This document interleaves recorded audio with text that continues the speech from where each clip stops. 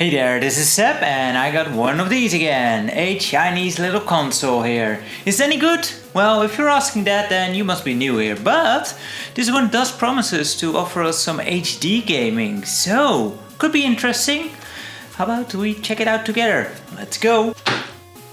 Alright, so let's see what we actually have here in the game station, which I think was actually sold under the Coolbaby brand, Coolbaby RS-95 if I do believe. Of course it has all the certifications as you would expect from such a quality product from China, which we can find some more product details over here.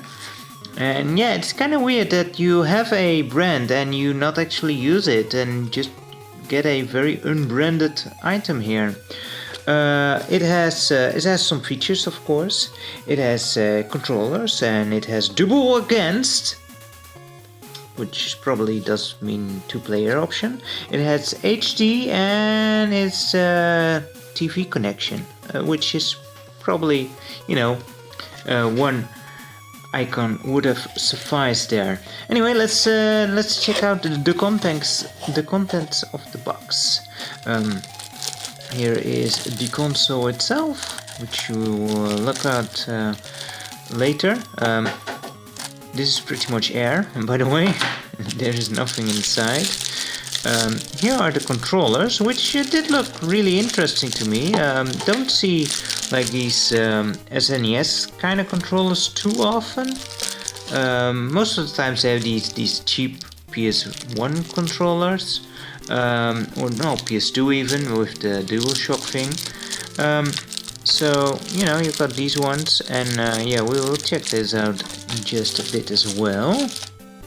And you get two of them, so that's pretty neat. At least you get two controllers, so you can always play it with two players. That's awesome. You get the power cord here. Yeah, standard stuff. You get a HDMI cable, which is a pretty decent length actually. That's kind of nice. And of course the showstopper of these kind of consoles, the manual, which we should hopefully find something funny in there. Maybe not, but yeah, let's if there is anything funny, then we will cut to that right now. Operating instruction.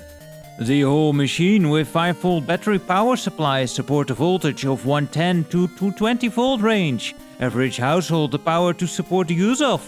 The machine with the HD cable TV. Picture can be complete output to the TV show. The key part only AB, even the play button. Your opponent's higher speed and operating requirements. The play was the better playability. If there is a crash in the running of the game, please close the host until the host is cooled. It is impossible to use the latest 4K resolution TV games. The transformer is not a toy. Please do not play with it during abnormal use. This machine can only use transformers which are recommended to meet international standards. This machine cannot be used on other power sources which are not recommended. Note: there are some differences in the specific connection of all kinds of TV sets, TV equipment manufacturers. Alright, so a few really kind of awkward lines, but this is also kind of funny here. TV red and white, anniversary edition. Right. Sure. But anyway, I decided to unpack everything and we can have a close look here. First of all, this thing, the power adapter, there's nothing in here.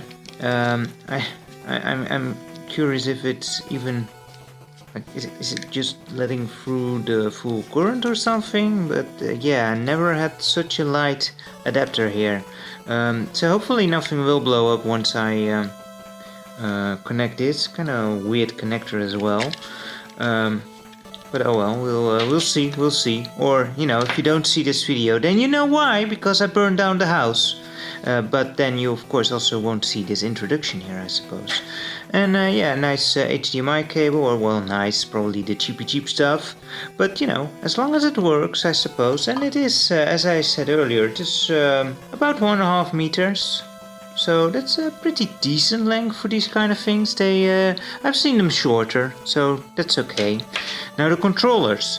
These are probably some of the worst controllers I've ever encountered in one of these packs. Look how much these buttons protrude and how much you have to press them down. They are not comfortable at all because they are just too high. You need too much force to actually push them down, especially for the D-pad. That's just not very comfortable. Although, you know, keeping your thumb on it is okay, but that's no option with the face buttons here. Now you only need, of course, 2 buttons. The other ones are, I presume, turbo? I don't know. Start selector, fine. These you probably don't need, and quite happy to as well, because these things, listen to that. Yeah, this is terrible. This is not great. But oh well. Also, cables not very long. About 1.5 meters as well. I've seen them shorter as well. Yeah, about 1.5 meter. So not terribly long, but also, you know, I've seen them shorter, so not that big of an issue. And then the main event, of course, we have the console itself. And yeah, I know everyone loves peeling the plastic, so I left this in. Let's all get some satisfaction together. Oh yeah, pull that off. Yeah, there we go. Ah, isn't that great? I guess they kind of went for a Xbox design here, which, you know, kind of pulled off. There's 2 USB ports, so, you know, that's kind of something that we could try out. If another USB controller would also work on this, that would be much preferred. I doubt it, but, you know, it's worth a try. We've got a LED, you know. You'd think that the LED is kind of self-explanatory once it is, you know, lighting up, but oh well. And there is a rest button for if you're kind of tired, I guess. No, they just messed up the E there, I suppose. And the power on and off. Well, why was it on? Oh well. And on the back we have the connectors, HDMI, and of course the power, and a TF thing, which TF is, I think, originally Trans Flash, but later on they renamed it to MicroSD, so you can just put in MicroSD in here. And this is actually what made me interested in this device, because if there is a slot for a memory card, then can you sideload extra games on here? That is something that I'm interested in. Maybe it's just a dummy thing, I don't know, we'll check it out. I think on the page, the selling page, it said that it had 821 games or something very oddly specific like that. And there's our assistant controller, Griezo, checking out if everything is in order. But yeah, it would be, like, seeing one of these slots makes you think that it's like an Android box, but I'm pretty sure this is just a Famiclone thing. So I'm kind of curious if you can actually load more Famicom games on this thing via a microSD card. Anyway, how about we hook this thing up and check out what the actual capture is through HDMI. So join me in the capture studio.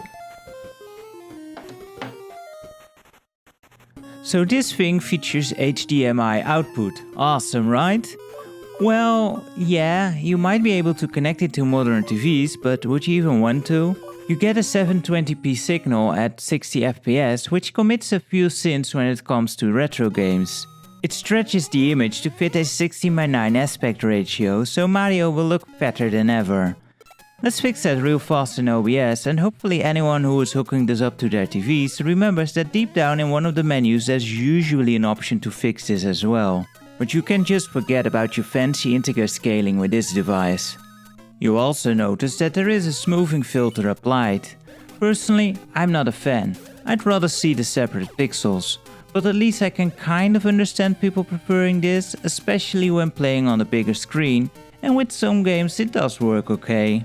At least they had the sense to avoid putting some fake scan lines on top. There are no options to be found, so you can't adjust the output at all. This is nothing more than a Famicom on a chip and a rather poor execution of that. Apart from the visuals not being ideal, the audio is rather off too. Some channels just seem way too loud, while others are too silent or just distorted somehow. Hear the difference when Mario is jumping and when he is dying.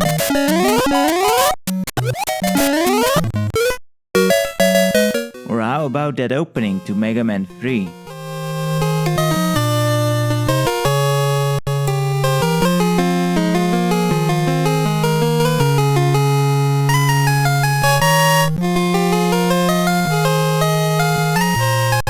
The visuals can also be a bit jittery when things are moving or completely spaz out on some static screens. Perhaps caused by that scaling and filter? I'm not entirely sure, to be honest. There's actually a lot of graphical errors in games to notice. For example, in Felix the Cat, when going into the bonus bag, the Felix sprite should not be drawn on top of it. And there's many instances like this where you notice things are off when familiar with the games. When it comes to what's on offer, I do enjoy the selection that's curated here. There's some pretty cool and later release games on offer that you don't always see on these devices. There's also some hacked and unlicensed games. Remember that Mortal Kombat 4 from the earlier device that didn't work? Well, works fine here, along with some other original fighters. Do be warned though, because for some reason they also put those impossible Mario hacks in there that require you to make use of speedrunning tricks, and clothes just slow you down, so Mario got rid of his for these outings, making for a bit of a naughty game. Though somehow that's not even the worst of it. But remember, if it all gets too much, you can always chill out a bit with some Yoshi's Space Cake. The product page claimed that there were no doubles, which of course turns out to be a big fat lie. Quite a few games are found multiple times, just under a different name or with a slight hack. Like Adventure Island, I think I found it like 7 times, and all of course exactly the same, just with a different kind of adventure in the title. Like Super Adventure, Happy Adventure, Sea Adventure, Jungle Adventure. Oh wait, that's actually its own thing. Not a very good thing, but it's at least a bit different. The games are divided up into different categories. These are kinda nonsensical as it's generally just a mix of whatever. But Mega Man representing the puzzle section seems pretty legit. The person who put these lists together also apparently couldn't count well, as none of the numbers on them correspond with the actual number of games. But, probably totally accidental, they do come out to be above the listed amount at around 825 if I counted correctly. Of course, getting rid of all of the doubles lowers that number considerably. Something I'll actually praise this unit for is the ability to go back to the menu by pressing start and select for a few seconds. The console actually remembers where you were on the list, saving you a lot of scrolling you'll usually have to do on these things. Unfortunately, there is no way to save your game progress on the games that could normally support battery backup. And how does it all control? Well, to be fair, slightly better than I expected. The travel on the buttons is still too big, but I've had worse controllers. The mushy D-pad is probably the worst aspect of it. It's hard to go into a direction and not press up by accident, which can be quite annoying in some games. There's also some input lag, though not so much that you can't adjust to it. For HDMI 8-bit fun without expensive upscalers, it's honestly quite acceptable. And there we have it, another nice little paperweight, as long as it's not too windy, or it might blow away. But is it actually worth it? Because I didn't actually name the price, and that might actually change things up a bit, because this thing is only 25 bucks. And for that it might actually be kind of interesting, because you can connect this to a modern TV, and for what it's worth, the output is stable and rather crisp. You gotta get over those particularities, like the stretching of the screen and the sprite smoothing. And I know some people don't mind that as much, and you know, if you're one of those people, first of all, maybe we should start a hotline, but second of all, it might be interesting in that regard to get one of these. also the controllers, they are just not as bad as I initially thought. And when I first felt them, I was like, whoa, this is going to be really bad. But they were surprisingly decent. Also, in the lag was not as bad, which can be a big issue with these cheap HDMI consoles. So, you know, I was pleasantly surprised in that regard.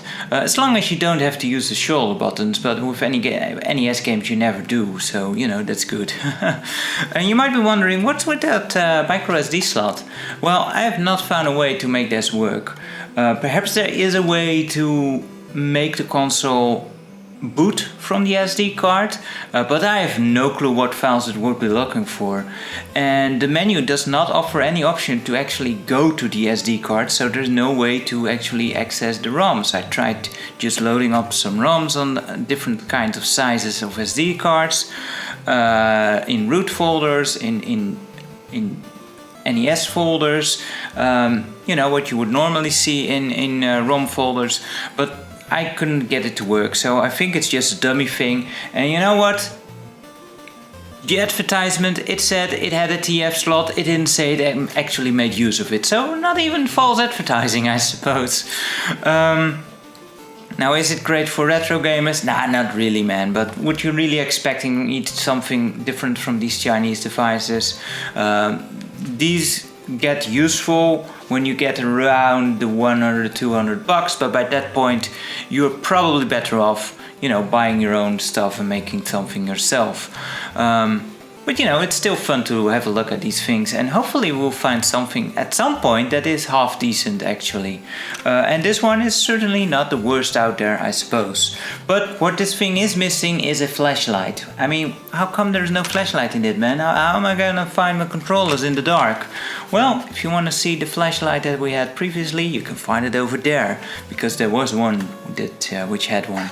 But for now, I think I will be pressing the rest button, and I hope to see you guys in a new video soon. Until then, take care, bye bye for now, the muzzle!